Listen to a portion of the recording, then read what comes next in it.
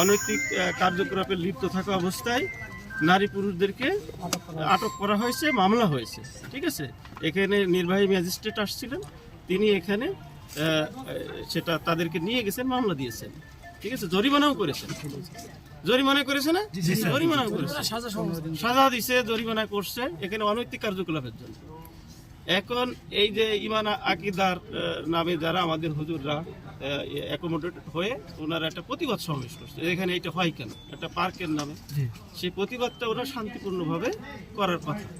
এবং আমি যখন শুনছি আমার কাছেও আদায় করছে, স্যার আমরা কোনোভাবেই গ্যাঞ্জামে যাবো না, এটা নিশ্চিত থাকেন। আমরা একটা প্রতিবাদ সমাবেশ, ইমানের দাবি প্রতিবাদ সমাবেশ করে চলে আসবো। ইমান বলছে যে গোল চক্কর আমরা ক্রস করবো না। কিন্তু ঘটনার যেটা ঘটছে সেটা হচ্ছে বিরলের দিক থেকে যে সকল হুজুররা এই মোড়ের দিকে যাচ্ছিল, তার আগে এখানে এই ভদ্রলোকের নাম কি, জীবন চৌধুরী, এনার বাইরে থেকে উনি লোক নিয়ে আসছে, এনে এখানে জড়ো করছে। তারা উত্তেজিত হয়ে ওই হুজুরদের উপরে আপনার ঢিল ছুটছে, আক্রমণ করছে। তখন তারাও নেমে আক্রমণ করছে।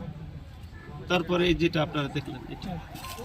এখন তারা যদি কোনো পক্ষ, যদি ক্ষতিগ্রস্ত পক্ষ যদি মামলা করে, সেক্ষেত্রে আইনগত ব্যবস্থা যেটা সেটা নেওয়া হবে।